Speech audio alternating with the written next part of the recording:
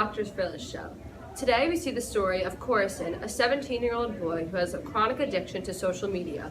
He has a compulsive need to update the world on what he's doing every second of every day.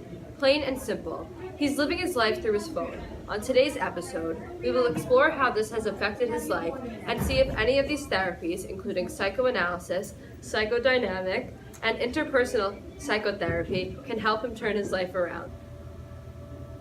Hey, my name's Corey. I'm addicted to social media. Do you at least have a Snapchat filter on me? After my parents realized that I was more likely to PictoChat, RIP DS, my friends, than pick up a cell phone and talk to them in person, they kind of knew something was wrong with me. Fast forward to, I don't know, circa maybe 6th grade or whatnot. Excuse me, let me take this. Yes, Mr. President. Yes, I'll be there right away. Okay. It says to pull with both hands right here, but I only ever have one free hand, so stop filming me. And here comes Corison now. Thank you. Thank you. Excuse me, my phone's going off. Okay, Corison. Are you done?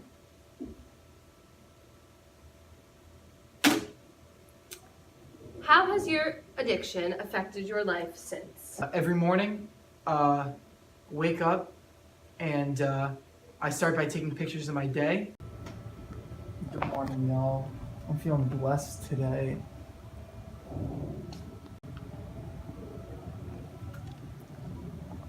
Hashtag blessed.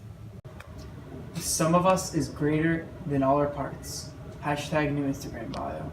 Okay, and how has your schoolwork been affected by this addiction? In school, I can't really focus that much.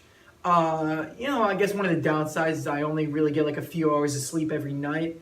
I guess when I get to school, I'm pretty tired. I can't really pay a lot of attention.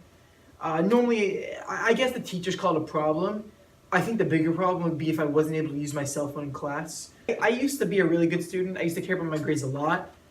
That was like at a time where I was using a basic phone, not a smartphone. So the smartphones changed. Completely. It was like from the pre-Mesozoic era to, the Jurassic era to, the freaking, 21st century.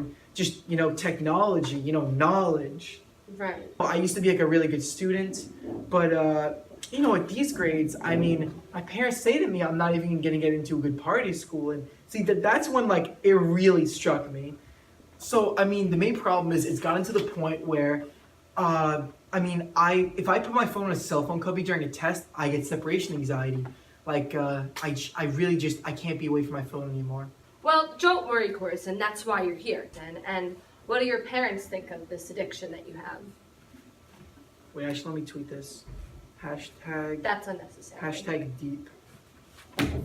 Okay, my parents, I guess they were furious. They were extremely upset. Well, today you're going to meet Dr. Janeda, a therapist who specializes in the mindset of young people's addiction to social media. Nice to meet you, Corison. Good to see you again, Dr. Phyllis. Just as a preface, it's absolutely possible to spend too much time on your devices. A recent study found that about 30 minutes of social media use per day is about as much as people can spend on the platforms without it hurting their well-being. I encourage my clients to evaluate how much time or energy they are putting into these things, what the return is, and how it relates to their overall goals in life. When they do this, some find that there's nothing wrong with their engagement in social media, while others find it is holding them back from the goals they want to accomplish. Dr. Janeda will now be using psychoanalysis on Corison. Psychoanalysis is a therapy in which free association and dream interpretation are used in order for the patient to live a healthier, less anxious life. In free association, the patient is encouraged to relax and focus on thoughts and feelings and say whatever comes to mind from moment to moment. We will begin by asking Corison to say the first thing that comes to mind while seeing these ink blots.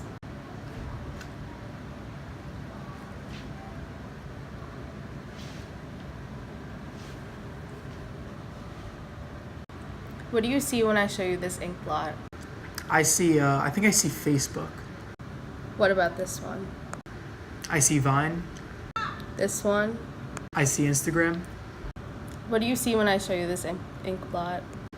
I see Grindr, Like not that I'm into that or anything, but not I'm not against that or anything, but like it's just kind of like looks like just like all right, let's wrap up this interview. This treatment wasn't effective for the solution of Corison's addiction. Corison, say the first word that comes to mind when given the word cell phone. Posting, Social media, likes, food. Yelp. She will now move on to psychodynamic therapy. Psychodynamic therapy is when the patient talks face to face with their therapist in order for the therapist to understand a patient's current symptoms by focusing on themes across important relationships, including childhood experiences and the therapist relationships. Corison, tell me about your childhood. So, let's see. I grew up as an only child. Didn't have any brothers or sisters. My parents worked a lot, so I was kind of left on my own. But I guess from a young age, I started using the family computer, and that gave me a lot of joy and happiness. So, for a while in my life, I felt that technology was my only friend. So that's kind of my relationship with childhood and technology. Although your childhood circumstances weren't as what you hoped they would be, I do think you have to move on. Your grades are suffering. Your social life is also suffering. Clearly, this wasn't effective.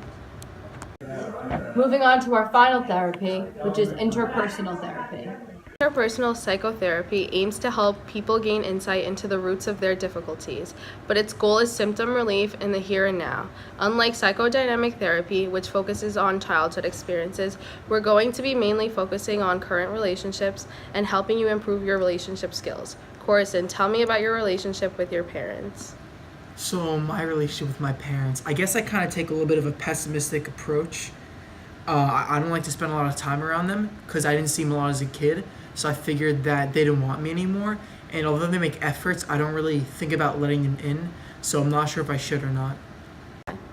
Corison, although your relationship with your parents wasn't as you hoped it would be, they're willing to help you here and now. Opening yourself up to them will help you become more social and less dependent on social media. You did it, Doc. I think I'm cured.